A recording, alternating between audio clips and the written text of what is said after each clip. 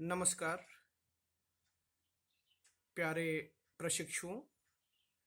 जैसा कि हम जानते हैं कि आज संपूर्ण विश्व कोविड-19 नामक महामारी के जंजाल में जकड़ चुका है और इस सब के बीच हमारी ये प्राथमिकता होनी चाहिए कि हम खुद को सुरक्षित और संरक्षित रखें। मुझे पूरी उम्मीद है कि आप सभी सुरक्षित और संरक्षित होंगे, लेकिन इन सब के साथ हमें अपने कार्य दायित्वों के प्रति भी जागरूक रहना है और उसी लिए हमारे माननीय प्रबंधक एवं आदरणीय प्राचार्य जी के द्वारा हमें एक ऐसा मंच प्रदान किया गया जहां हम अपने शिक्षण एवं प्रशिक्षण से संबंधित गतिविधियों को भी चलायमान रख सकेंगे। जी हाँ, ऑनलाइन क्लासेस जिसके द्वारा हम अपने पाठ्यक्रम से संबंधित जो महत्वपूर्ण विषय वस्तुएं हैं उनके बारे में अपने सीमित संसाधनों के द्वारा ही सही लेकिन एक प्रयास कर सकें। तो आइए इसी कड़ी में मैं पीयूष राय, प्रवक्ता बीएड, आप सभी का इस मंच पर स्वागत करता हूं। बच्चों, कुछ समझ में नहीं आ रहा था कि क्या पढ़ें क्या पढ़ाएं। ये मंच भी नया था, लेकिन इसके बाद भी मैंने अपने मूल शिक्षण विषय से थोड़ा सा हट के एक ऐसे शीर्षक का चयन किया जिसका लाभ न सिर्फ आपको अपितु आपके अन्य साथी जो प्रशिक्षणरत हैं, चाहे वो बीटीसी डीएलएड के हों या बीएड के किसी भी वर्ष के हों। जी हाँ, मैंने जिस शीर्षक का चयन किया है उसका नाम है सूक्ष्म शिक्षण, जिसको आप माइक्रो टीचिंग के नाम से जानते हैं। बच्चों, सूक्ष्म शिक्षण वस्तुतः शिक्षण प्रशिक्षण के क्षेत्र में एक नवीन संप्रत्यय है। इसका अर्थ है लघु कक्षा, लघु पाठ अवधि या लघु पाठ्य सामग्री से शिक्षण। सूक्ष्म शिक्षण एक ऐसी शिक्षक प्रशिक्षण विधि है जो कक्षा अध्यापन की जटिलता और उसके विस्तार को घटा देता है। इस प्रकार वह उसको एक सूक्ष्म रूप देता है तथा शिक्षण कौशलों और निपुणताओं के उन्नयन के लिए भी यह कार्य करता है। इसका उपयोग प्रशिक्षणार्थियों के व्यवहार परिवर्तन के लिए भी किया जाता है। अब बात करते हैं सूक्ष्म शिक्षण के जन्म की या इसके संक्षिप्त इतिहास की।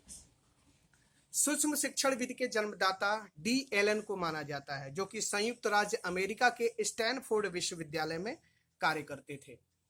रॉबर्ट बुश और डी एलन, ये दो विद्वान स्टैनफोर्ड विश्वविद्यालय में कार्य करते थे और इन्हीं के निर्देशन में शोध कार्य करते हुए इनके शोध छात्र कीथ एचिसन, जी हाँ, कीथ एचिसन ने सन 1961 ईस्वी में वीडियो टेप रिकॉर्डर के बारे में ज्ञान प्राप्त किया। कीथ एचिसन, इसने कक्षा अध्ययन को सरल बनाने के लिए एक प्रयोग किया जिसका नाम उन्होंने सूक्ष्म शिक्षण रखा।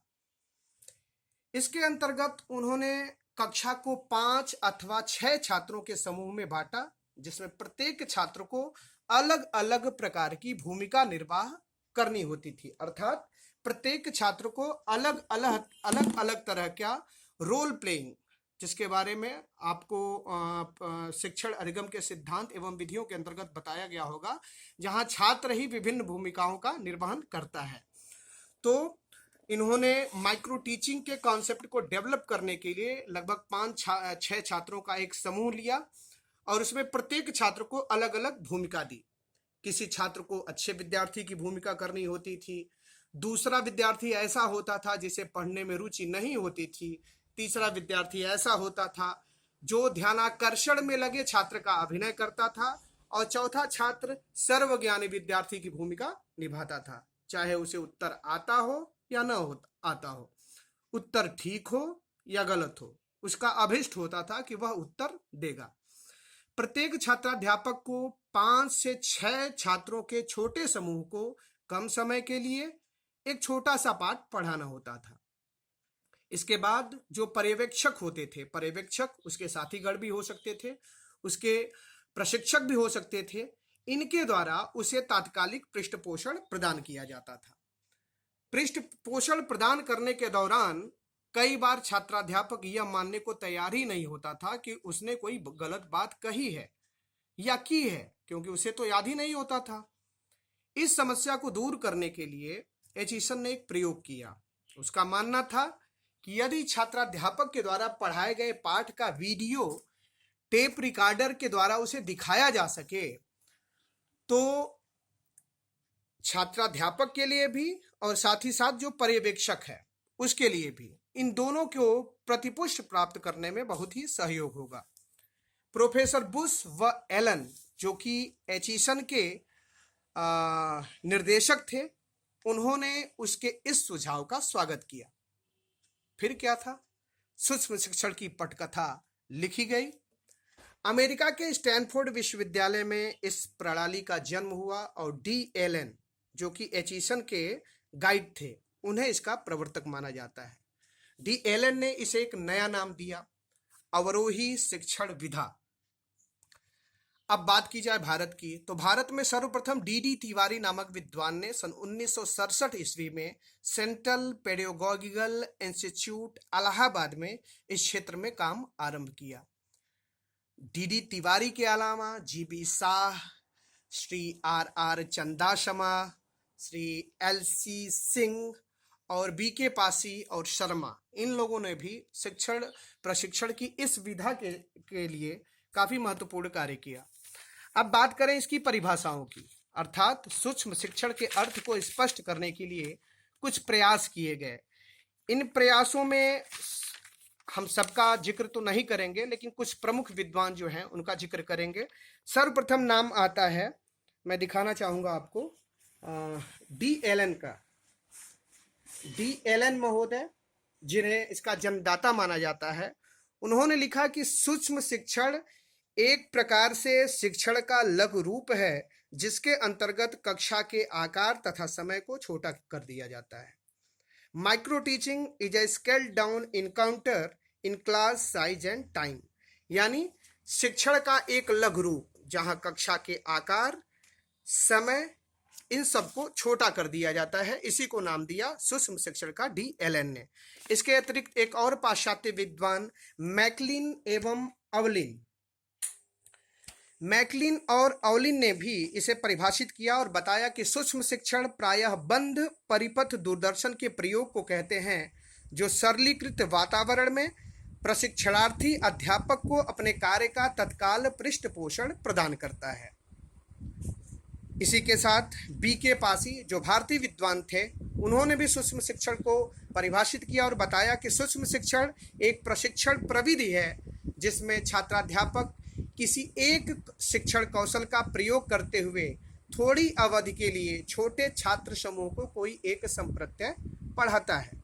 यानी इन सारे विद्वानों का जो एक मूल निचोड़ था वो इस दिशा की ओर संकेत करता था कि शिक्षक प्रशिक्षण की एक संक्षिप्त विधा, जिसके अंतर्गत हम छात्रों की संख्या कम रखेंगे, जहां हम कक्षा का आकार कम रखने के साथ साथ उसकी समयावधि भी कम रखेंगे और इस प्रकार छात्रों को कुछ विशिष्ट कौशलों पर स्वामित्व प्राप्त करने के लिए आगे बढ़ाया जाए।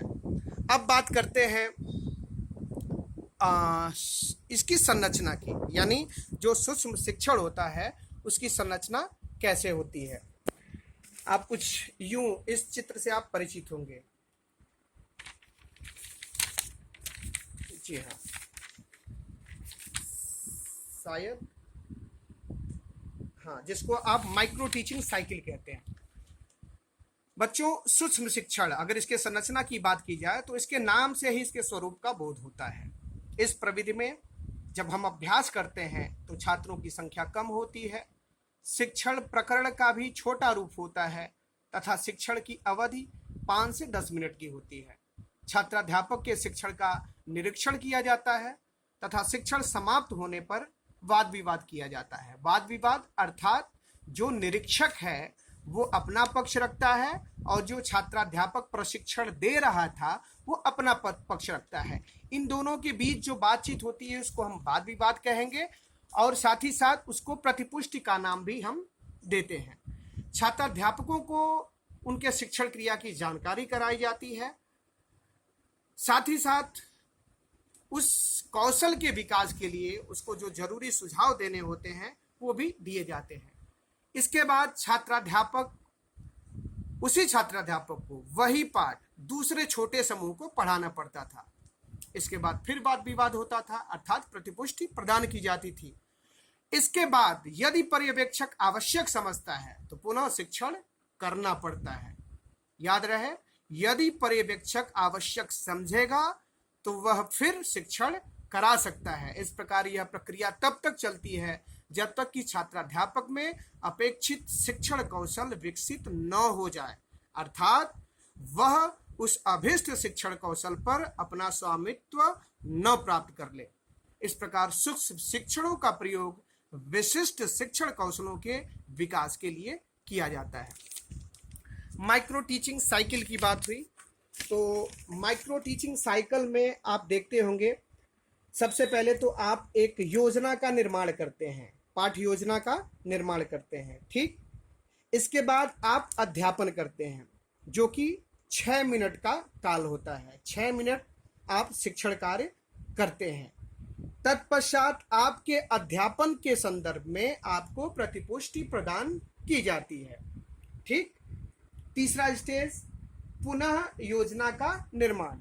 इसके बाद यदि आप उस कौशल में कुछ कमियां रखते हैं, खामियां रखते हैं, तो निर्देशक अर्थात पर्यवेक्षक के सुझाव के अनुसार आप फिर से पाठ्य योजना का निर्माण करते हैं। इसके बाद आप पुनः अध्यापन करते हैं और पुनः अध्यापन के बाद आपके उस अध्यापन पे आपको पुनः प्रतिपुष्टि प्राप्त होती है, और यदि संभव है तो आपको फिर से पाठ्य योजना का निर्माण करना पड़ता है। और ये प्रक्रिया तब तक चलती है जब तक कि आप उस अभिष्ट कौशल पे स्वामित्व की प्राप्ति न करें। तो बच्चों, अभी आपने जाना व्हाट इज माइक्रो टीचिंग, सूक्ष्म शिक्षण क्या है, इसकी कुछ परिभाषाओं से आप परिचित हुए और साथ ही साथ इसके स्ट्रक्चर या इसकी संरचना से आपको परिचय प्राप्त हुआ। अगली कक्षा में हम जानेंगे कि सूक्ष्म शिक्षण के सोपान या चरण क्या हैं, इसकी कौन कौन सी प्रमुख विशेषताएं हैं, और साथ ही साथ हम जानेंगे कि इसकी सीमाएं क्या हैं। ठीक है, तब तक के लिए धन्यवाद।